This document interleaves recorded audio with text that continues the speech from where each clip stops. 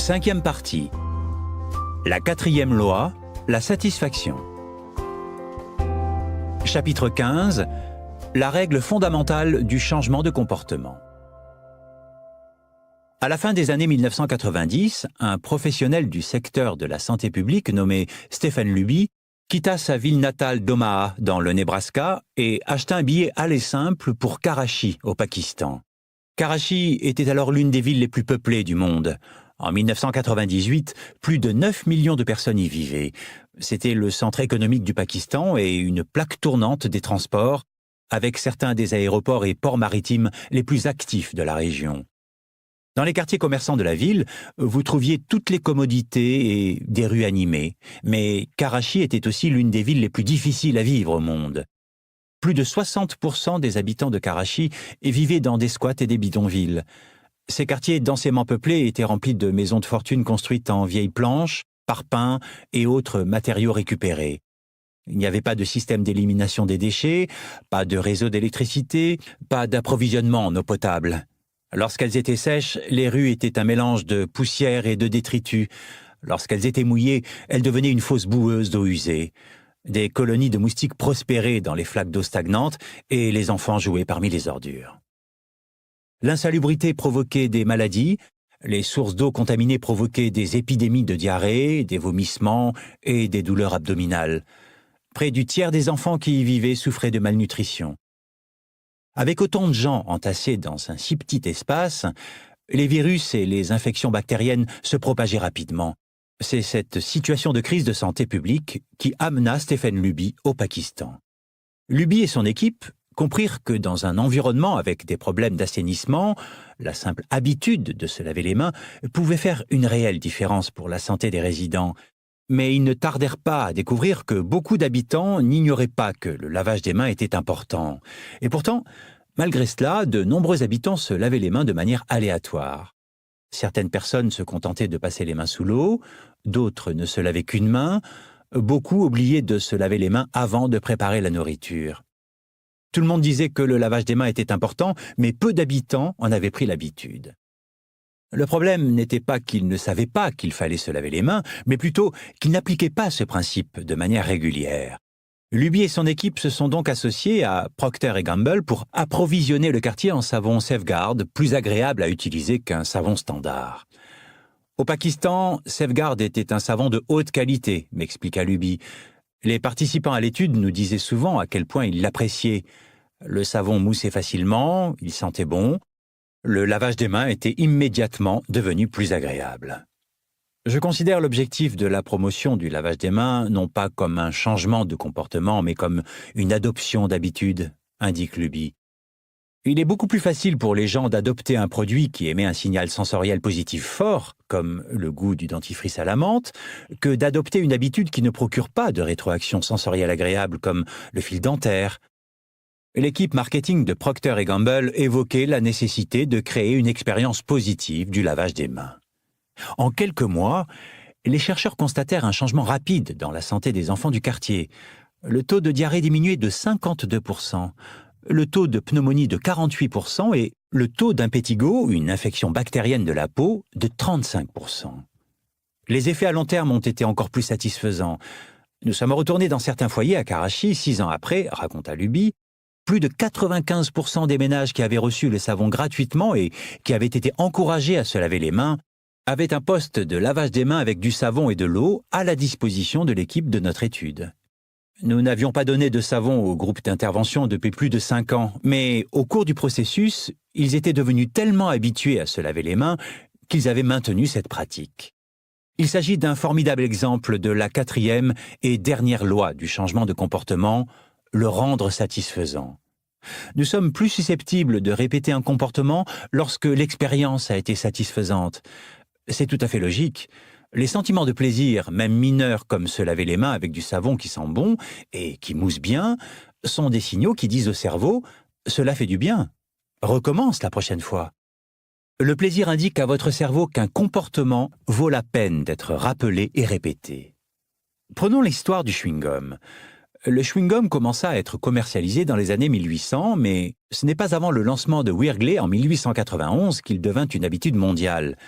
Les premières versions étaient fabriquées à partir de résines fades, moelleuses mais insipides. Wrigley révolutionna l'industrie en ajoutant des arômes tels que la menthe verte et un goût fruité qui ont rendu le produit savoureux et agréable à utiliser. Wrigley alla encore plus loin et décida de faire du chewing-gum un produit permettant d'avoir la bouche propre.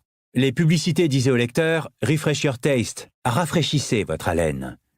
Les parfums savoureux et la sensation de fraîcheur dans la bouche offraient un plaisir instantané et rendaient le produit agréable à utiliser. La consommation explosa et Wrigley devint le premier fabricant de chewing-gum au monde. Le dentifrice eut une destinée similaire. Les fabricants virent leurs ventes exploser quand ils se mirent à ajouter à leurs produits des arômes de menthe verte, de menthe poivrée et de cannelle.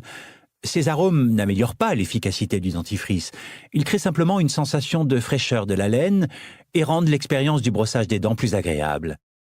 Ainsi, ma femme a cessé d'utiliser Sensodyne parce qu'elle n'aimait pas l'arrière-goût qu'il laissait dans la bouche.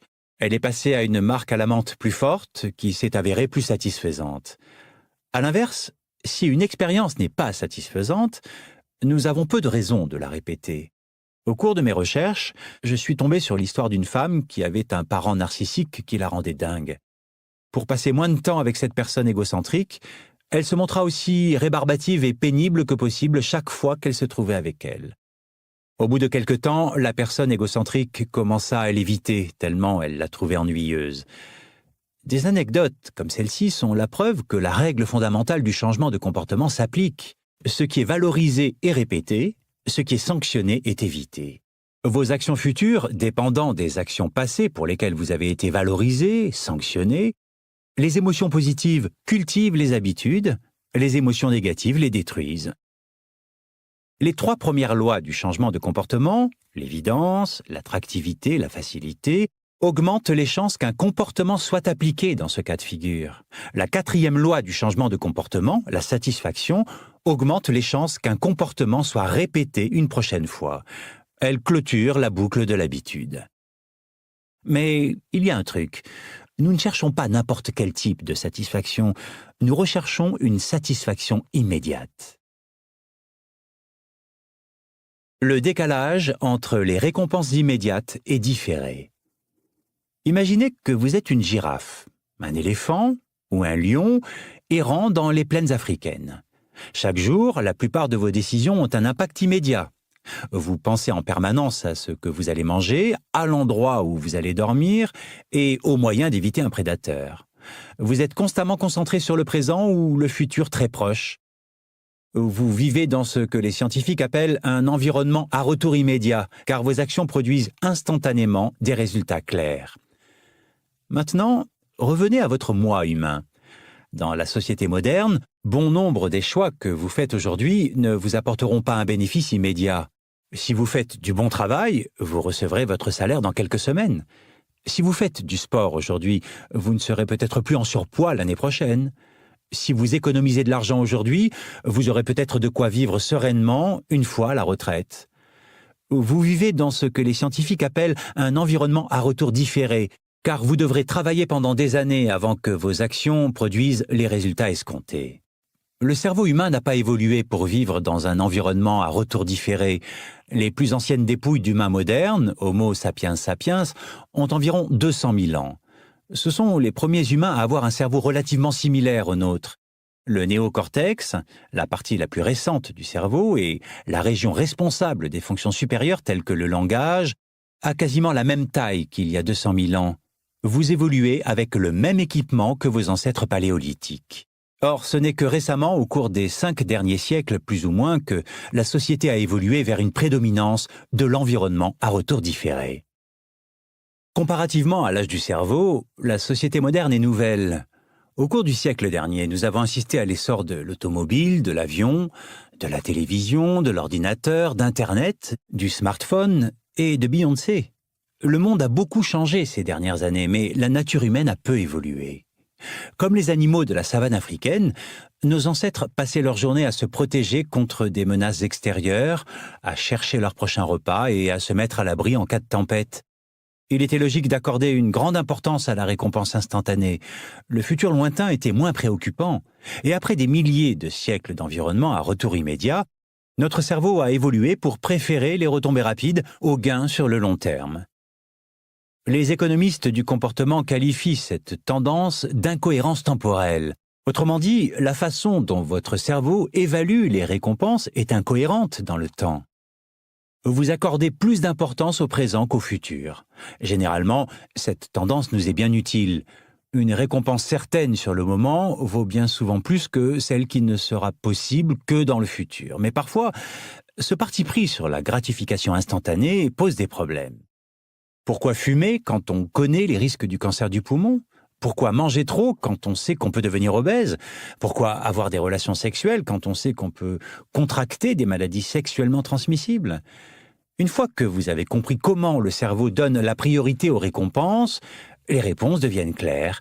Les conséquences des mauvaises habitudes sont différées alors que les récompenses sont immédiates. Fumer peut vous tuer dans 10 ans, mais cela réduit le stress et vous rend accro à la nicotine. Trop manger est néfaste à long terme, mais agréable sur le moment. Les relations sexuelles, protégées ou non, procurent un plaisir immédiat. La maladie et l'infection ne se manifesteront pas avant des jours, des semaines, voire des années. Chaque habitude produit de multiples résultats dans le temps. Malheureusement, ces résultats sont souvent décalés. Avec nos mauvaises habitudes, le résultat immédiat est généralement bon, mais le résultat final est mauvais. Avec de bonnes habitudes, c'est l'inverse. Le résultat immédiat est désagréable, mais le résultat final est agréable. L'économiste français Frédéric Bastiat a expliqué le problème en écrivant « Il arrive presque toujours que lorsque la conséquence immédiate est favorable, les conséquences ultérieures soient funestes et vice-versa. Souvent, plus le premier fruit d'une habitude est doux, plus les autres sont amers. En d'autres termes, le coût de vos bonnes habitudes est dans le présent, le coût de vos mauvaises habitudes est dans le futur. La tendance du cerveau à donner la priorité au moment présent signifie que vous ne pouvez pas compter sur de bonnes intentions. Lorsque vous prévoyez de perdre du poids, d'écrire un livre ou d'apprendre une langue, vous faites des projets pour votre avenir. Et quand vous imaginez ce que vous voulez que votre vie soit, il est facile de voir l'intérêt de prendre des mesures ayant des avantages à long terme. Nous voulons tous un avenir meilleur. Toutefois, lorsque le moment de la décision arrive, la gratification instantanée gagne généralement. Vous ne faites plus de choix pour votre moi futur qui rêve d'être en meilleure forme, plus riche ou plus heureux. Vous faites des choix pour votre moi actuel qui veut être rassasié, choyé et diverti. En règle générale, plus l'action vous procure un plaisir immédiat, plus vous devriez vous demander si elle est conforme à vos objectifs à long terme. Fort d'une meilleure compréhension de ce qui incite notre cerveau à répéter certains comportements et à en éviter d'autres, faisons une petite mise à jour sur la règle fondamentale du changement de comportement. Une action recevant une récompense immédiate est répétée, une action recevant une sanction immédiate est évitée. Notre préférence pour la gratification instantanée révèle une vérité importante sur le succès. Notre constitution nous incite à chercher des satisfactions rapides. Nous privilégions beaucoup moins les processus qui génèrent une gratification différée. Mais si vous êtes prêt à attendre pour recevoir des récompenses, vous ferez face à moins de concurrence et obtiendrez souvent un gain plus important. Comme le dit le proverbe, le dernier kilomètre est toujours le moins encombré. C'est précisément ce que la recherche a démontré. Les personnes qui réussissent mieux à différer la gratification ont des scores SAT plus élevés, des niveaux de toxicomanie moins élevés, une probabilité d'obésité inférieure, des réactions plus efficaces au stress et des aptitudes sociales supérieures. Nous en avons tous fait l'expérience dans nos propres vies. Faire ses devoirs et reporter le moment où on va regarder la télévision permet de mieux apprendre en cours et d'obtenir de meilleures notes. Si vous n'achetez pas de dessert et de frites au magasin, à coup sûr, vous mangerez des aliments plus sains à votre retour à la maison. À un moment donné, pour réussir, quel que soit le domaine, vous devez ignorer une récompense immédiate à la faveur d'une récompense différée. Voici le problème. La plupart d'entre nous savent que différer la gratification est une approche judicieuse. Nous savons que les bonnes habitudes nous permettent d'être en bonne santé, d'optimiser notre productivité et d'être moins stressés sur le long terme. Mais ces résultats sont rarement nos premières préoccupations. Heureusement, il existe des techniques qui aident à différer la gratification. Il vous suffit d'ajouter une petite touche de plaisir aux habitudes qui vous rapportent à long terme et une petite touche de contrainte aux habitudes qui ne vous rapportent rien. Comment tourner la gratification instantanée à votre avantage? Pour réussir, il est essentiel de se sentir bien, quelle que soit la méthode employée. Le sentiment de réussite est un signe que votre habitude a porté ses fruits et que le travail en valait la peine. Dans un monde parfait, la récompense d'une bonne habitude est l'habitude elle-même. Dans le monde réel, les bonnes habitudes ont tendance à ne sembler valables que lorsqu'elles vous ont rapporté quelque chose. Au début, tout est sacrifice. Vous êtes allé à la salle de sport à quelques reprises, mais vous n'êtes pas plus fort, plus en forme ou plus rapide, du moins pas à la première vue. Ce n'est qu'au bout de quelques mois, une fois que vous avez perdu quelques kilos ou que vos bras ont pris du volume, que le sport vous semble de plus en plus facile. Au début, vous avez besoin d'une raison pour continuer sur cette voie. Voilà pourquoi les récompenses immédiates sont essentielles. Elles vous maintiennent motivé alors que les récompenses différées s'accumulent en arrière-plan. Quand nous parlons de récompenses immédiates, il s'agit de la fin d'un comportement. La fin de toute expérience est essentielle car nous avons tendance à nous en souvenir plus que d'autres phases du processus. Vous voulez que la fin de votre habitude soit satisfaisante. La meilleure approche consiste à utiliser le renforcement qui fait référence au processus d'utilisation d'une récompense immédiate pour augmenter le taux d'application d'un comportement. Le cumul d'habitudes, décrit au chapitre 5, lie votre habitude à un déclencheur immédiat, ce qui vous permet de savoir quand commencer. Le renforcement lie votre habitude à une récompense immédiate, ce qui la rend satisfaisante lorsque vous avez terminé. Un renforcement immédiat peut être particulièrement utile pour gérer les habitudes d'évitement, qui sont des comportements que vous souhaitez arrêter. Il peut être difficile de suivre des habitudes telles que pas d'achat inutile ou pas d'alcool ce mois-ci, car rien ne se produit concrètement si vous évitez de commander des boissons pendant des happy hours ou si vous n'achetez pas cette paire de chaussures. Il peut être difficile de ressentir de la satisfaction si aucune action n'a été nécessaire au début du processus. Vous résistez seulement à des tentations, ni plus ni moins, ce qui n'a rien de folichon. Une des solutions possibles consiste à retourner la situation. Vous voulez rendre l'évitement visible. Ouvrez un compte d'épargne et nommez-le comme bon vous semble, par exemple veste en cuir. Chaque fois que vous évitez un achat, mettez la somme d'argent correspondante sur le compte. Vous avez manqué votre café au lait du matin? Faites un virement de 5 $ sur votre compte. Vous n'avez pas regardé Netflix pendant un mois? Placez les 10,99 € de votre abonnement sur le compte. C'est comme si vous aviez créé un programme de fidélité pour vous-même. La récompense immédiate de se voir économiser de l'argent pour acheter cette veste en cuir est beaucoup plus gratifiante que la privation sur le moment. Vous tirez une satisfaction des achats que vous évitez. Un de mes lecteurs et sa femme ont mis en place une procédure similaire. Ils voulaient arrêter de trop manger et commencer à cuisiner plus ensemble. Ils ont ouvert un compte d'épargne et l'ont nommé « Voyage en Europe ». Chaque fois qu'ils ne sortaient pas au restaurant, ils ont placé 50 $ sur ce compte. À la fin de l'année, ils ont utilisé cet argent pour partir en vacances. Notez qu'il est important de choisir des récompenses à court terme qui renforcent votre comportement plutôt que celles qui vont à son encontre. Vous pouvez acheter une nouvelle veste si vous essayez de perdre du poids ou de lire plus de livres, mais cela ne fonctionne pas si vous essayez d'équilibrer votre budget et d'économiser de l'argent. En revanche, prendre un bain moussant ou marcher tranquillement sont de bons exemples de récompenses qui vous accordent du temps libre. Ces récompenses sont dans la lignée de votre objectif final pour gagner plus de liberté et d'indépendance financière. De même, si votre récompense après le sport est un bol de crème glacée, vous êtes en contradiction totale et le résultat final est nul. En revanche, votre récompense après le sport pourra être un massage qui vous offre à la fois un instant de plaisir et un moment pour prendre soin de votre corps. Dans ce dernier cas de figure, la récompense à court terme correspond à votre vision à long terme d'être une personne en bonne santé.